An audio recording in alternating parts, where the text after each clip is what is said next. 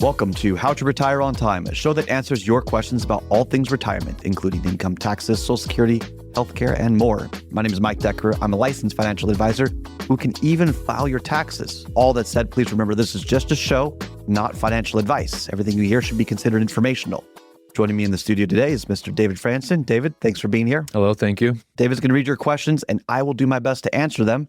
You can text your questions anytime during the week. Save this number in your phone, 913-363-1234. That is the number to text, 913-363-1234. Let's jump in. Hey, Mike, can you break down how the big, beautiful bill will affect those in retirement? Yeah, I'm surprised we haven't gotten this question until now. Yeah, right. But I guess maybe because it passed the House, now it's in the Senate, it's like, oh, this actually could be a thing. Could happen. So I'm only going to talk about the financial aspects as it affects the individual, okay? I'm not going to get political. I'm not going to talk about how it addresses businesses. There are several aspects that would affect businesses, the 100% deduction on commercial real estate and all that. We're just going to keep it simple and talk about the individual. So first off, seniors are going to potentially get, as according to the bill right now, the last I read it at the time of this recording, a bonus deduction of $4,000. That's kind of nice, okay? So what does that mean? You got your then? standard deduction, then you have an additional deduction on top of that. Oh, okay, Roger. Okay, just trying to help out seniors. That's wonderful. That could be a number of things. It just means you pay less in taxes. Maybe it helps you with your Social Security. I mean, whatever it is, that's kind of nice to have. Social Security, though, speaking of that, is not tax-free anymore in its current iteration. Now, that was a campaign promise. It did not make it through the House. So maybe it goes back in the Senate, but it would have to go back and forth. It'd be like a game of ping pong to try and get that in there. I'm not sure that will actually make it. There are some very fiscally staunch Republicans that I don't think will ever allow that to happen. I don't know. I'm not a politician, so... You need to be counting your lucky stars or not. Yeah. But I understand why they wouldn't want it. I understand why they would want it. This is a whole theory about supply chain economics. If you got rid of taxation on Social Security, in theory, you'd have more income going to the retirees who could then spend more. And that's one way to potentially stimulate the economy. But you also are then having less funding with Social Security. So it's kind of you're debating economic theory at that point. So I understand both sides of the aisle. It's just not in the bill anymore, which is interesting because we've had past episodes where we talked about if Social Security gets tax-free, then your IRA to Roth conversions to get to a tax-free Social Security would be irrelevant. Well, if it's not passed, then you may want to pursue that. So we're kind of in limbo on how do you plan your Social Security taxation. So to be determined on that, but right now it doesn't seem like it's going to happen. Medicare may get a 4% reduction in funding starting in 2026, and that will be periodically, it's an ongoing reduction, but that is more with the insurance companies. Your plan specifically and how it will affect you, Medicare is not going away. Plans are always changing. Every year they've been changing. This is why you've got open enrollment and why I believe you should reconsider your plan, shop plans, and make adjustments every single year. Okay? And that may sound like a kind of a big, annoying deal, but you're saying it's worth it to do that. Yeah. I personally believe, and a lot of people hate me for saying this, but it's true, that if you work with someone that's only paid on Medicare commissions, there may be a conflict of interest, because the unfortunate secret about Medicare and shopping plans, whether it's traditional Medicare it is what it is. You've got your GAP, your supplemental plan, or your Advantage plans. Sometimes they'll get rid of commissions of certain plans that the insurance companies want to go away because they're not competitive or they're not good for the insurance company anymore. And if they get rid of commissions, there's a high probability that things will naturally work themselves out. You picking up what I'm putting down? I am. So if you work with a shop like us at Kedrick Wealth, where we don't care about Medicare commissions, we're shopping all of the plans regardless of the commission, because that's not really our wheelhouse. People pay a flat membership fee, a capped rate. It's the fixed rate every single month to become a client. It's not this 1% garbage. It's a flat fixed membership rate, basically, where you're paying for our time that covers all things retirement, including your taxes, including your Medicare shopping. So we don't need the Medicare commissions.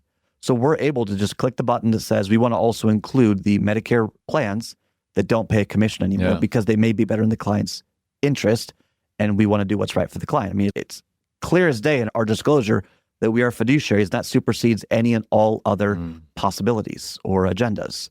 But anyway, that's the quick bit on Medicare. If it changes, expect a lot of changes in plans and the benefits that are in there and the benefits that are being taken away or adjusted. It's going to be imperative, in my opinion, to be looking at that every single year. It's not going away. It's just a renegotiation, and the insurance companies have to restructure what risks they're willing to take and what risks they're going to try and get rid of. Okay. There's the SALT, state and local tax deduction. So it was capped at $10,000. It's going to go up allegedly to $40,000, which is great. But that's only if you're itemizing your deductions. If you're doing the standard deduction, it doesn't really matter. And very few people actually itemize their deductions. Because the standard deduction since 2017 or 18, it's about $30,000. It's big if now. You're married filing jointly. So that's something to consider. Required minimum distributions may be pushed out to 75 years old. It's funny, like 5 years ago, it was 70 and a half. But then they changed it to 72 with 73 as a caveat. Now it's basically 73, and now it's potentially 75. This is good news for tax planning. The reason is you've got more years you can do IRA to Roth conversions. What's a required minimum distribution? A required minimum distribution is where the IRS has said you've deferred taxes in your pre-tax retirement accounts. So think of your IRA. You have to take out a distribution each year because the IRS wants to be paid. They want the taxation. They're pushing it out further. An IRA to Roth conversion doesn't count, doesn't work for an RMD. You have to spend it or donate it. So if you push it out a couple more years, that gives you more breathing room or more time to do your IRA to Roth conversions so that you can lower it. Why does this matter? Ideally, in my opinion, you want to have your RMD basically be at or just slightly under your standard deduction. So your RMD is kind of a tax-free income source. Because if your RMD, let's say, is $30,000, everything else is coming from your Roth, then you're not, it's free, right? It's tax-free because you use the standard deduction to your advantage. You don't want to pay 22% or whatever your effective tax rate is all the way to the zero tax bracket. You want to lower your IRA balance low enough so that the rest of your life, ideally, you're operating within the standard deduction. Okay. So there's just, I guess, a little bit of tax planning there. Yeah. But the important takeaway here is none of this is actually permanent. Tax codes, you say? Tax codes written in pencil. Right. Legislations written in pencil. None of this is the Constitution. These are all just laws that can be changed at any time. And here's my point. Social Security wasn't taxed until Reagan got into office and then started taxing it. And then Clinton added an additional tax to it. Medicare started in 1966, so it's kind of a newer thing, all things considered. Social Security is older. Medicare started in 66. And when it first started, you just enrolled and it was free.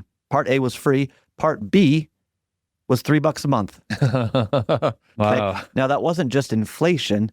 The cost of insurance has increased. Our longevity has increased. And the sad part is we're getting sicker earlier and being sicker longer than before, which has an exponential increase on medical costs, which is why it's all increasing. Originally, it didn't cover drugs, long-term care, dental, hearing, and all these other things, but then they slowly added on to it. And the paradox of politics is that many times we are promised entitlements and benefits that we can't actually afford down the road.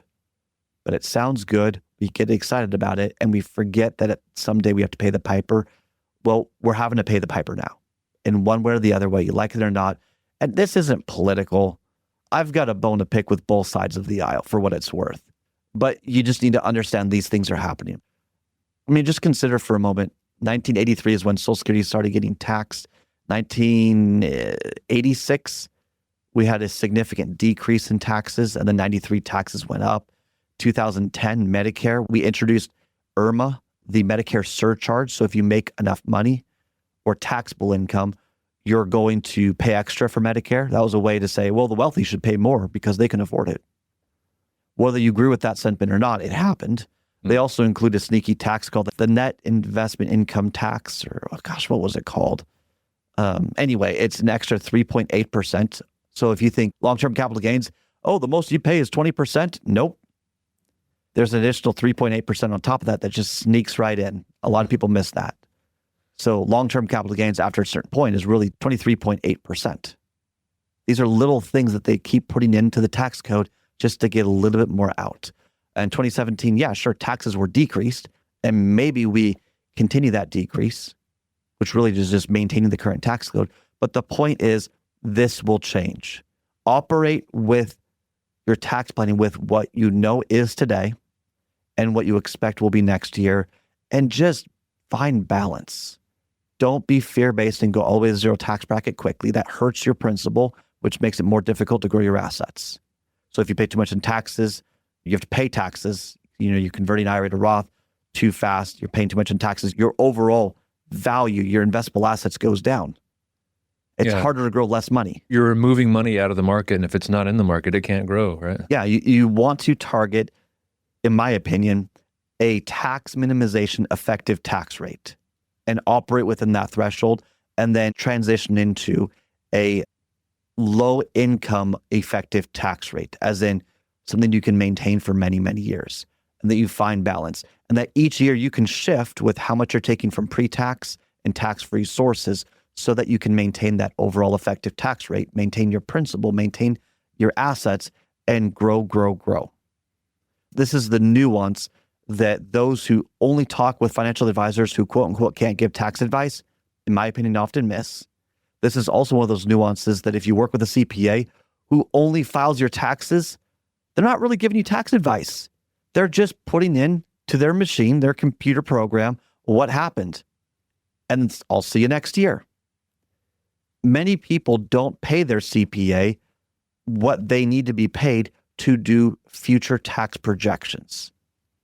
When your CPA files your taxes, you're paying them just to say what happened. You've got to have the foresight. You've got to be working with a team, in my opinion, that can navigate the tax law, because it will change. Change is the constant here. But overall, I don't see anything earth-shattering in the big, beautiful bill. For today's retirees as we are now. I don't. No. I don't see anything that's going to have a significant life-changing benefit, and I don't see anything that's going to have a significant detriment based on the current proposal that I've read. And do we have any timeline on when this might go into effect? How long will the Senate keep it? Trump says he wants to get it through by July. Who knows? Sure. Anything can happen. But this is a bit cynical. I hope I don't get in trouble by saying it. This is my opinion. Okay. I'm allowed to have an opinion. Yeah. But it is sad to see the polarization for the sake of clicks and attention. On both sides of the aisle, many things have been taken out of context without referencing the other side so that people can get you angry and you can spend more attention, you can get more clicks on whatever your political persuasion is. It's been very unfair to the average person, because I read through this stuff and I'm going, wait, but they were saying this on TV. It's not at all. They missed this and this. Or this side claimed it was really this amazing. Not really. So for everyone listening, just understand it may not be life-changing what's going on here. Yeah, it would be helpful to maintain our current lower tax rates overall. That would be the most beneficial thing, is just maintaining the current tax brackets. Everything else, I really think, is more political and hyped up kind of, what do you call it? Taglines or one-liners or catchphrases or whatever it is. Being sensational or... Yes, a lot of it's being sensationalized. That's all the time we've got for the show today. If you enjoyed the show, consider subscribing to it wherever you get your podcast. Just search for How to Retire on Time. Discover if your portfolio is built to weather flat market cycles, or if you're missing tax minimization opportunities that you may not even know exist. Explore strategies that may be able to help you lower your overall risk while potentially increasing your overall growth and lifestyle flexibility. This is not your ordinary financial analysis. Learn more about Your Wealth Analysis and what it could do for you regardless of your age, asset, or target retirement date. Go to www.yourwealthanalysis.com today to learn more and get started.